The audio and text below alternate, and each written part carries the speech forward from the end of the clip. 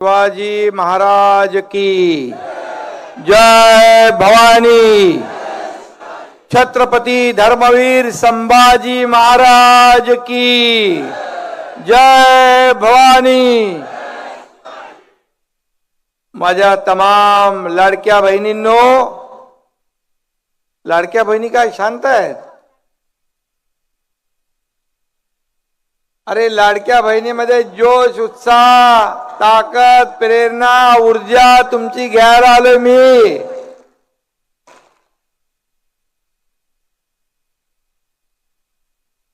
आणि लाडके भाऊ पण आहे तिकडे थोडे। आजच्या या आभार मेळाव्याला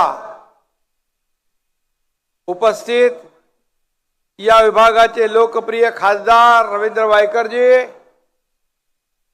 या विभागाचे लोकप्रिय आमदार मुर्जी काय म्हणायचं पटेल काका, मुर्जी काका, मुर्जी काका लोकांना नाव आवडतं। कमलेश राय, जितेंद्र जनावळे, सुभाष कांता सावंत, ज्ञानेश्वर सावंत, अनिल खांडेकर, कलाताई शिंदे, केसरबेन पटेल, चंद्रवती मोरे, व्यासपीठावरील सर्व मान्यवर आणि समोर बसलेल्या माझ्या तमाम लाडक्या बहिणींचा हा खरं म्हणजे एक सागर उसळलाय असं म्हटलं तर वावगं ठरणार नाही। सगळीकडे अगदी शेवटपर्यंत माझ्या लाडक्या बहिणी आहे।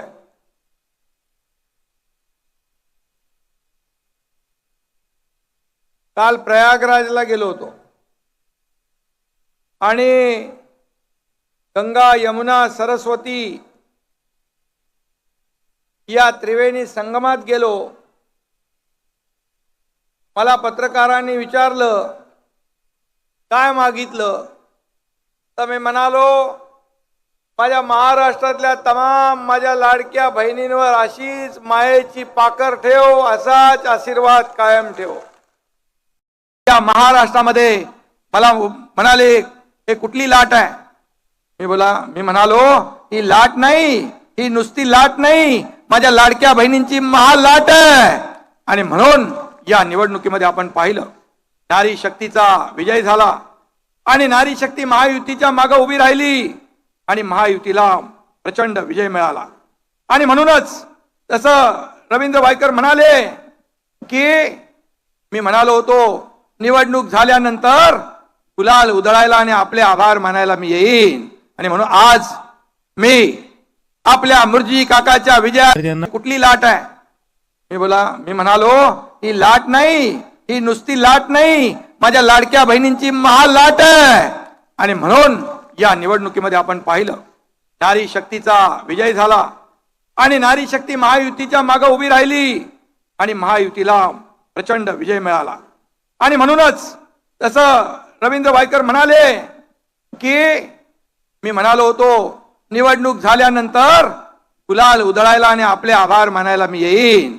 आणि म्हणून आज मी आपल्या मुर्जी काकाच्या विजयाचा आनंदाचा गुलाल उधळायला आलोय आणि माझ्या लाडक्या बहिणींचे भावांचे आभार मानायलाही आलोय। आणि म्हणून आपल्याला मी एवढंच सांगतो की या देशाचे प्रधानमंत्री नरेंद्र मोदीजी यांनी देखील नारी शक्तीला ऊर्जा दिली, प्रेरणा दिली।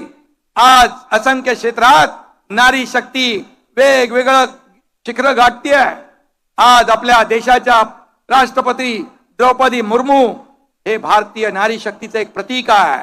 आणि म्हणून लोकसभेत मंजूर झालेलं मातृवंदना विधेयक नारी शक्तीचं प्रतीक आहे। पहिल्याच सभेत झालं ना ते मातृवंदना विधेयक नवीन इमारतीमध्ये। आणि म्हणून महिलांना आत्मनिर्भर करणं, त्यांना अशी संधी आम्हाला यापुढे देखील मिळत राहो अशी प्रार्थना गंगा मातेला केली। आणि आज खरंच इथं लाडक्या बहिणींचा सागर आहे। तुमचे लाडके भाऊ मुर्जी काका यांनी मला इथं बोलवलं, म्हणाले हळदी कुंकू समारंभ आहे. अरे बाबा, हळदी कुंकू आणि आभार. मी म्हणालो हळदी कुंकू मध्ये या दाढीवाल्याचं काय काम आहे? पण मला माहित आहे, मी माझ्या लाडक्या बहिणींचं आभार अभिनंदन करण्याची एकही संधी सोडत नाही. कारण तुम्हीच या राज्यात विधानसभेच्या निवडणुकीमध्ये लाडक्या भावांच्या पाठीशी आणि महायुती सरकारच्या मागे उभं राहिला आणि एक दैदिप्यमान असा विजय मिळवून दिला. ऐतिहासिक असा विजय आपल्याला मिळाला. 232 जागा विधानसभेच्या आपल्या निवडून आल्या. आणि म्हणून लाडक्या बहिणी आणि लाडके भाऊ, हे माझं तुमच्या एकनाथ शिंदेचं खरं टॉनिक आहे, ऊर्जा आहे, प्रेरणा आहे. आणि म्हणून आतापर्यंतच्या इतिहासामध्ये कधीही एवढं दैदिप्यमान यश मिळालं नव्हतं. पण लाडक्या बहिणींची योजना खरं म्हणजे ही गेम चेंजर मी म्हणणार नाही, परंतु लाईफ चेंजर आहे, जीवन बदलणारी आहे. खऱ्या अर्थाने मी देखील एक सर्वसामान्य शेतकरी कुटुंबातला हा एकनाथ शिंदे आहे. गरिबी मी पाहिलेली आहे आणि माझ्या आईची देखील काटकसर मी पाहिली आहे, तिची तगमग मी पाहिली आहे.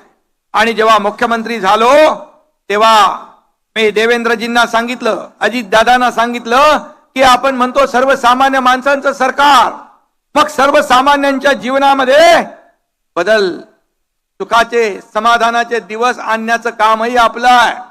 आणि मग मुख्यमंत्री माझी लाडकी बहीण योजना आपण जाहीर केली. विरोधक म्हणाले चुनावी जुमला आहे, हे काय देणार नाहीत पैसे, फक्त निवडणूक जिंकण्यासाठी यांनी हे लाडकी बहीण योजना आणली आहे. काही लोक कोर्टात गेले, कोर्टाने त्यांना लप्पड दिली, भागव इधरसे. आणि मग या मुख्यमंत्री माझी लाडकी बहीण योजनेमध्ये ज्यांनी खोडा घातला, मी त्यावेळेस म्हणालो होतो की या सावत्र दुष्ट भावांना